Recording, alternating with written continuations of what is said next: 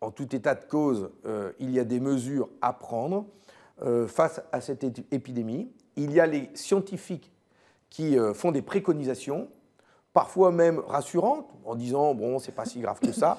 Je pense que la responsabilité des politiques, c'est d'aller plus loin que les scientifiques. Je vous donne un avis personnel. Oui. Bon, je ne suis pas dans la majorité, je ne suis pas en situation de prendre des décisions. Mais personnellement, voilà, moi je dis qu'en tant que responsable politique, on doit répondre à l'angoisse des gens et on doit prendre des mesures de précaution. Et si chacun d'entre nous, nous avons des proches fragiles au niveau de la santé, ou si nous avons peur d'être touchés par cette épidémie, je pense que l'on attendrait d'une autorité politique qu'ils prennent des mesures de prévention justement, et de précaution. Les municipales approchent. Et donc je pense qu'il faut aller plus loin que ce que préconisent les scientifiques. Aller plus loin, ça veut dire pour vous reporter les municipales ? Ben, écoutez, on verra où ça en sera dans 15 jours, mais le vote... avant 15 jours, c'est dans 13 jours le premier tour. 13 jours, ouais, ça va aller vite. J'imagine comment ça se déroule dans les bureaux de vote de ma commune à Saint-Amand-les-Eaux, dans le Nord. Dans les bureaux de vote, il y a du monde, mais pas tant que ça. Il y a combien dans un bureau de vote au grand max? En même temps, il va y avoir 30, 40 personnes. Donc il n'y a pas matière à annuler les municipales. Si il y a le gel pour se laver les mains. On signe avec le même stylo. Juste la question, c'est est-ce qu'il y a matière à annuler les municipales ou pas? Aujourd'hui, je dis non. Comme le dit le gouvernement. Aujourd'hui, je dis non, comme le dit le gouvernement. J'étais à Matignon et nous en avons parlé lors de la rencontre à Matignon, et ce n'est pas du tout à l'ordre du jour. Alors en plus, je ne comprendrais pas que l'on imagine ça, et qu'en même temps, les temples de la consommation, les grandes surfaces, tous ces lieux où se concentrent des milliers de personnes confinées, pour le coup, cela continue de fonctionner. Alors, je m'interroge même s'il n'y a pas...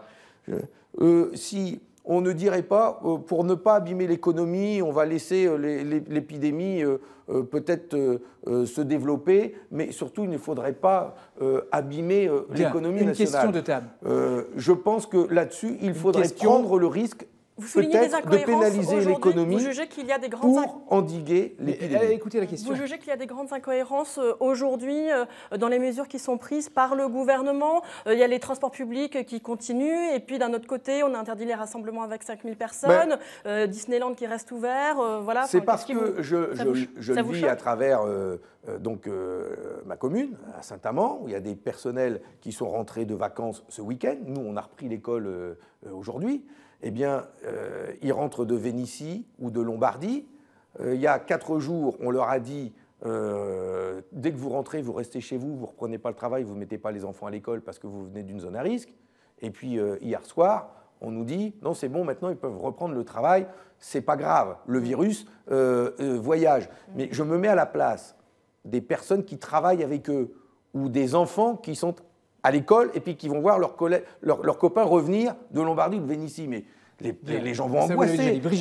Est-ce que là, il n'aurait pas fallu maintenir ces périodes de confinement pour ceux qui viennent des zones à risque? Alors, on voit que les fonctionnaires, par exemple, du Louvre, ont demandé à exercer leur droit de retrait. J'ajoute, Brigitte, aussi que 300 conducteurs de bus de l'Essonne aussi ont demandé leur droit de retrait. Est-ce que vous trouvez que c'est une bonne décision? Je comprends. Si tout le monde fait cela, vous imaginez, il n'y aurait plus de fonctionnaires. Enfin, si tout le monde demande son droit de retrait...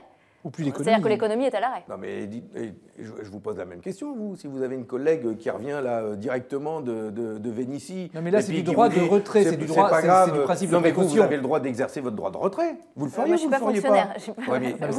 Oui, mais là, ce n'est pas une question de fonctionnaires ou de salariés. Les fonctionnaires ont le droit de retrait, ils peuvent l'exercer.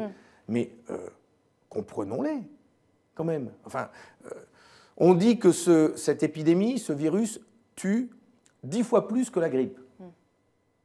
C'est quand même beaucoup. Alors, il n'y a pas beaucoup de cas, donc il n'y a pas beaucoup de morts. Mais si demain, le virus se propage, et si c'est plusieurs dizaines de... Est-ce qu'il ne faut pas faire confiance au gouvernement quand il prend un certain nombre de mesures? Il y a beaucoup de complotisme, on le voit qui circule. Je vais vous dire franchement, n'étant pas en responsabilité, je n'ai pas toutes les informations. Donc, j'ai bien du mal à m'avancer et à dire ce qu'il faudrait faire. Donc, je ne donnerai pas de conseils. Je vous porte ici les angoisses que j'entends dans ma circonscription et dans ma commune, des angoisses réelles et sincères. Et donc, ces personnes qui vont être en contact avec ceux qui reviennent de zones à risque et à qui on dit « vous pouvez reprendre le travail, il n'y a plus de problème », ça peut créer de l'angoisse et donc je les comprends.